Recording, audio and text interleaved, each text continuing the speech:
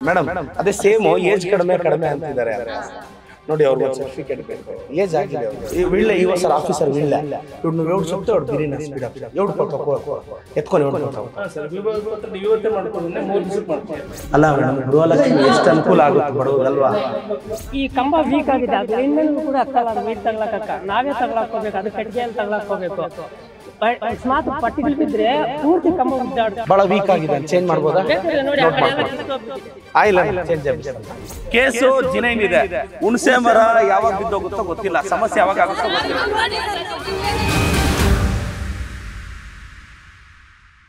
ಯಾವ್ದಣ್ಣ ಯಾವ್ದಿದೆ ಕಾರ್ಮಿಕ ಇಲಾಖೆ ಲೇಬರ್ ಎಷ್ಟು ದಿನದಿಂದ ಪೆಂಡಿಂಗ್ ಇದೆ ಅಣ್ಣ ಅಕ್ಕ ನಮಸ್ಕಾರ ಅಕ್ಕ ಬಾಂಡರ್ ಅಕ್ಕ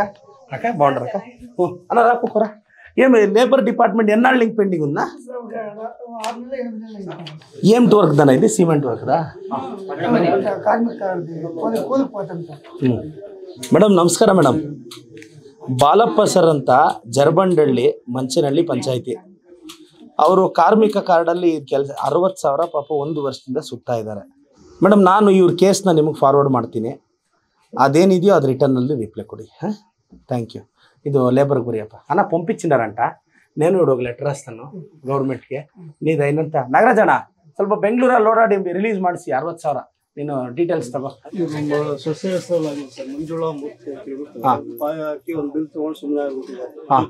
ఇప్పుడు ఎలా పాయ వేసి ఒక బిల్ తీసుకొని ఉరికే అయిపోయినారంట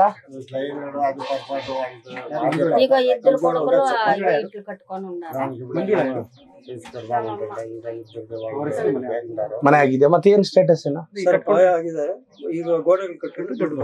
ఇప్పుడు కదా గోడలు కడితే దుడ్డు వస్తుంది చూడు ఇంకొక 50-70 లక్ష ಬರುತ್ತಾ ದುಡ್ಡು ಬರುತ್ತೆ ನೀವು ಕಟ್ಕೋಬೇಕು ಈಗ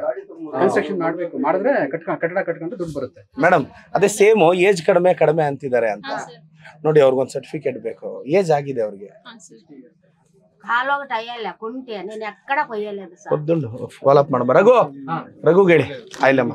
ఫాలో అప్ చేస్తా చెక్ ಮಾಡಿ ಸರ್ ಜಿಪಿ ಅಕ್ಕ వస్తానక్క అమ్మ వస్తానమ్మ యజమాండ వస్తా ఫాలోపనా ఇల్లు లేదా వీళ్ళకి ఉండనా రా జంటే ఉంది 60 అడుగుల జాగా జంటే ఉంది ఇద్దరికి డివైడ్ అయ్యింది ఇంకా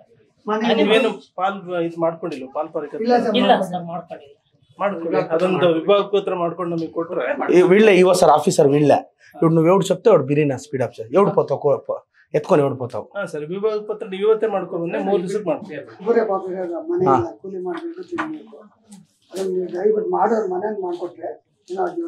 ಅಲ್ಲ ನೀವು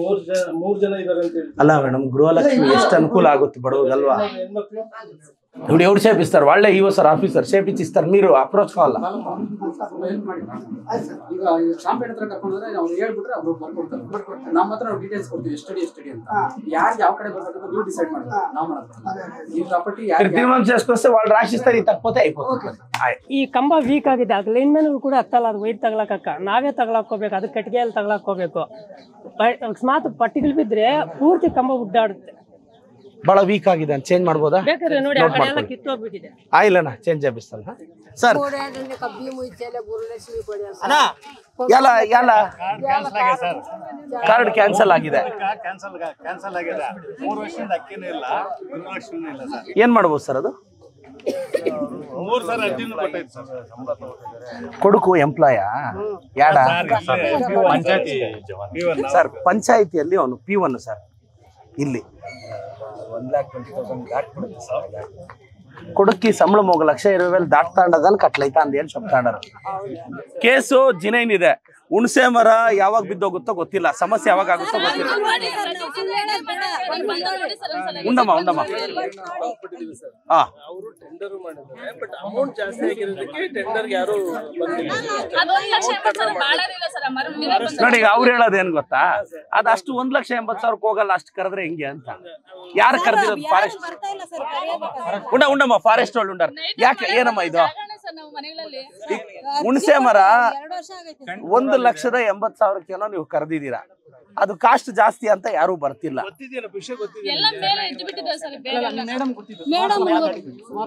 ಈಗ ಏನಿದಕ್ಕೆ ಸೊಲ್ಯೂಷನ್ ಏನೀಗ ಸಾಲ್ವ್ ಆಗ್ಬೇಕಿದು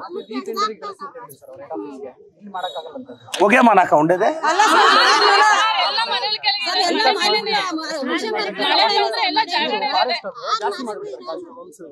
ಮಾತಾಡಿ ಉಂಡಕ್ಕ ಮಾತಾಡ್ತಾನೆ ಮೇಡಮ್. ಜರ್ಬಂಡಳ್ಳಿ ಊರಿಗೆ ಬಂದಿದ್ದೀನಿ. ಹುಣಸೆ ಮರ ಊರವ್ರಿಲ್ಲ, ಹೆಣ್ಮಕ್ಳೆಲ್ಲ ಹುಣಸೆ ಮರ ಯಾವಾಗ ಬಿದ್ದೋಗುತ್ತೋ ಗೊತ್ತಿಲ್ಲ.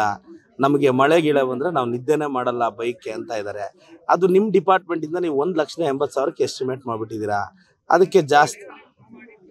ಮೇಡಮ್. ಈಗ ಅಲ್ಲ ಇಲ್ಲ ಮೇಡಮ್, ರೇಟ್ ಇಲ್ಲ ಮೇಡಮ್. ಇಲ್ಲೇನಾಗುತ್ತೆ, ಸಪೋಸ್ ಏನಾದ್ರು ಸಮಸ್ಯೆ ಆದರೆ ಜೀವಕ್ಕೆ ತೊಂದರೆ ಆಗುತ್ತೆ. ಈಗ ಇಮಿಡಿಯೇಟ್ ನಾವು ಈಗೇನಾದರೂ ನಾನು ನಿಮ್ಮ DF ಫೋನ್ ಮಾತಾಡಿ ಎಮರ್ಜೆನ್ಸಿ ಇದೆ ಅಂತ ಕಟ್ ಮಾಡಿ ಸೈಡ್ ಇಡೋಕ್ಕಾಗಲ್ವಾ?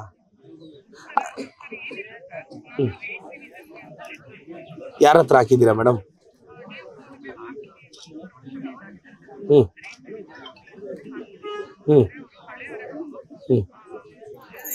ಮೇಡಮ್ ಅಲ್ಲ ಮೇಡಮ್, ಈಗ ಏನಾದ್ರು ಮಳೆ ಬಂದು ಏನಾದ್ರು ಬಿದ್ದೋಗಿ ಯಾರಿಗಾದ್ರೂ ಸಮಸ್ಯೆ ಆದರೆ ನಾನು ಈಗಲೇ ಮಾತಾಡ್ತೀನಿ కాదు. ఇప్పుడు నేను ఆఫీసర్తో డిస్ట్రిక్ట్ ఆఫీసర్ వీళ్ళే అంటున్నారు,